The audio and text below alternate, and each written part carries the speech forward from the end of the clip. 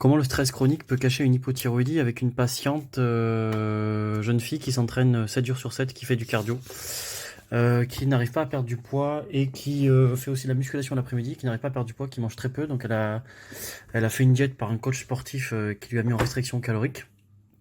Et son poids ne bouge pas depuis des mois. Elle n'est pas du tout fatiguée et bien au contraire, elle ne comprend pas pourquoi elle n'arrive pas à perdre du poids. Son alimentation typique, c'était le matin à peu près 3 blancs. Vous savez, ceux qui conseillent du blanc, un jaune, le midi légumes, haricots verts et 30 grammes de riz blanc. Et le soir, légumes, brocolis et 4 amandes à 16 heures avec un yaourt ou un peu de whey. Donc le truc en restriction calorique depuis des mois et une intense activité sportive qui ne marche pas, hélas. C'est une patiente qui ne présente pas, en fait, au niveau visuel, elle est même très très bien, hein, c'est une belle femme, mais au niveau de l'intérieur, on voit que c'est totalement burn-outé, et on va le voir rapidement. En fait, de manière très simple, lorsque j'ai fait une analyse sanguine, je voulais savoir en fait éventuellement qu'est-ce qu'elle avait. Donc on a regardé un petit peu tout ce qui était glycémie, tout ce qui était à peu près, donc voilà, au niveau des hématies, on n'avait rien trouvé. On n'avait rien trouvé aussi au niveau des plaquettes, de la glycémie était normale, il n'y avait rien de spécial, même au niveau du LDL, était très correct. Et ensuite, au niveau, on a remarqué donc une baisse en fait du sodium urinaire sur 24 heures. Donc elle retient pas, c'est le sodium, donc ce qui peut créer en fait ce qu'on appelle une hypotension, d'accord. Et on voit déjà que le sodium généralement est régulé par le système angiotensin-aldostérone ou par les glandes surrénales via le cortisol. On a le potassium qui est plutôt bas, donc qui peut créer aussi des arythmies, c'est bas. Une créatine urinaire qui est élevée. Ah non, alors une créatine urinaire qui est très faible. On a aussi en fait un magnésium urinaire qui est très très bas. Généralement, c'est une perte de magnésium dans les urines. Et là, on n'en a pas assez, puisqu'à mon avis, elle doit avoir un cortisol élevé. Déjà, dans un premier temps, on peut déjà affirmer qu'il y a un problème d'ion, et donc que hormonalement, il y a quelque chose qui ne va pas. Donc on continue. Au niveau des vitamines, c'est pas très très élevé. Au niveau de la vitamine B12, au niveau de B9, même si c'est pas une analyse très intéressante. Au niveau de la vitamine D, elle reste plutôt dans la fourchette basse, 75-80. Et donc du coup, j'ai décidé de regarder un peu le cortisol. Et là, bingo, au niveau du cortisol, elle est à des doses extrêmement élevées de cortisol, comme vous pouvez le remarquer en cortisol total.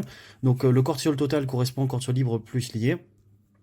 Et donc du coup, je me suis dit, écoute, je vais voir l'hormone thyroïdienne, et en effet, regardez l'hormone thyroïdienne, donc la TSH est normale, bon, la thyroïde stimulating hormone normale, puisque le cortisol baisse la TSH, et regardez son taux de T4 et T3 très très très bas, même en 2020, alors le janvier 2020, qui était pas moi, c'était avec son médecin généraliste, en fait, elle avait un taux de T4 qui est très faible, mais du coup, il a pas vu, je sais pas pourquoi, là, il est vraiment très très bas, regardez le taux de T3, regardez le taux de T4, et c'est pour cette raison qu'elle stagne, en fait, au niveau musculaire, et au niveau perte de poids. En fait, ce qui s'est passé, c'est que pourquoi la TSH est normale, puisque on sait que la TSH, on sait que le stress, en fait, donc le cortisol fait baisser la TSH, d'accord, et que l'hypothyroïdie, généralement, l'augmente. Ok, donc là, étant donné que vous avez une hypothyroïdie tissulaire avec des hormones thyroïdiennes, avec une carence en hormones thyroïdiennes, donc logiquement ça fait augmenter la TSH, mais vu que le cortisol est élevé, ça fait baisser la TSH.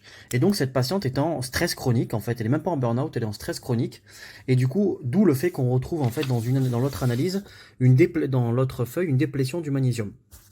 Et cette fille a 30 ans, on voit même pas qu'en fait elle est en stress chronique, hein. Mais ce qui est le cas, donc pourquoi elle ressent pas les effets de la fatigue? Parce qu'en fait le stress vient cacher les symptômes de l'hypothyroïdie. Et en fait cette perte de poids qui devient possible, en fait, est due à son stress chronique en fait. Et à son hypothyroïdie, elle fait énormément trop de sport, et en fait elle fait que ça. Son œstradiol est plutôt normal, mais regardez sa progestérone, elle approche plutôt les 1, pratiquement les 0, ce qui implique qu'elle peut gonfler aussi, elle a des problèmes de sommeil. Donc ça, c'est pour le cortisol. Donc ce qui explique aussi, vous voyez que le sodium, en fait, elle n'arrive pas à absorber le sodium, elle perd énormément d'ion sodium, et au niveau du potassium aussi qui est bas. Et donc au niveau des autres, donc cette patiente, elle est vraiment en stress chronique, hein, et lorsqu'on a dosé en fait certains trucs, donc elle a effectivement aussi, regardez le taux d'anticorps au niveau de la candidose, elle a aussi des IG totales à 320, donc le minimum, le positif c'est 160, donc on a un arc de précipitation au niveau d'un candidat albicans, elle a bien donc un candidat albicans, elle a bien une dysbiose, sauf qu'elle s'en rend même pas compte parce que le stress chronique, étant donné qu'il est anti-inflammatoire, il vient cacher ses symptômes.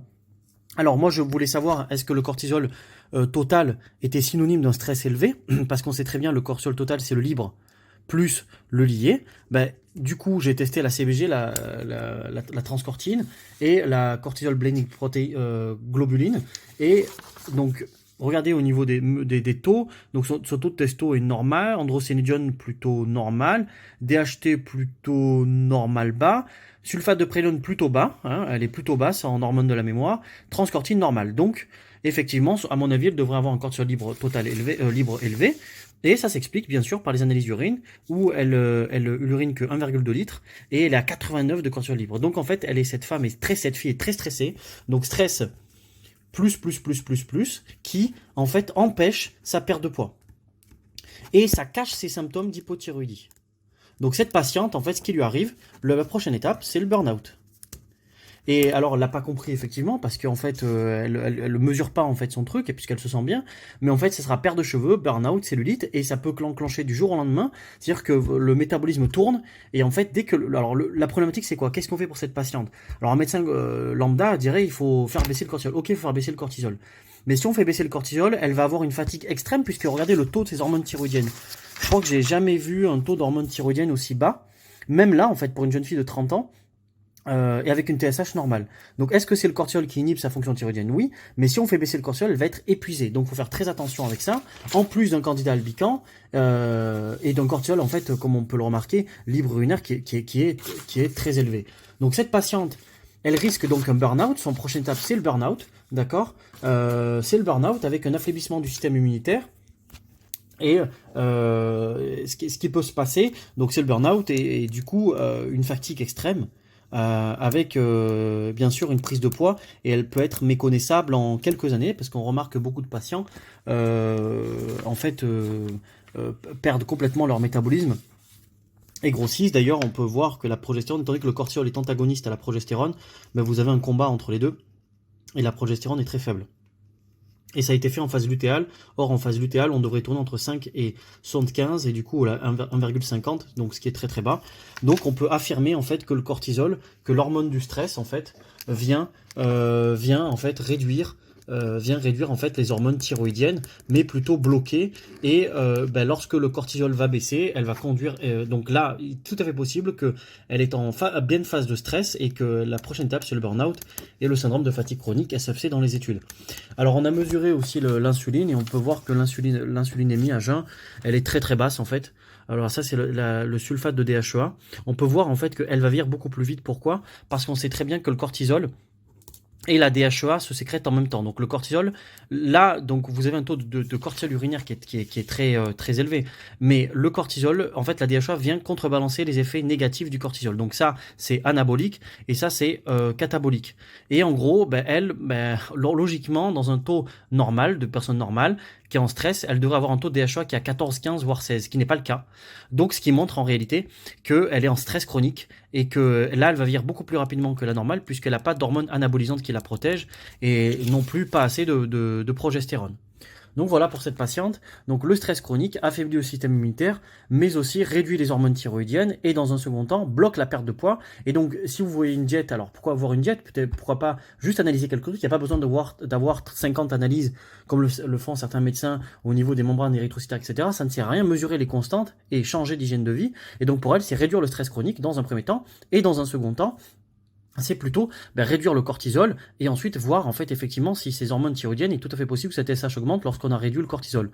Donc voilà, j'espère que son médecin clinicien va comprendre. En tout cas, nous on a été dessus. Elle n'a pas mesuré le degré d'implication et j'espère que cette patiente va prendre va comprendre en fait qu'elle est vrai que ce qui suit va être problématique. Voilà, c'était donc comment le stress chronique peut cacher les symptômes d'une hypothyroïdie.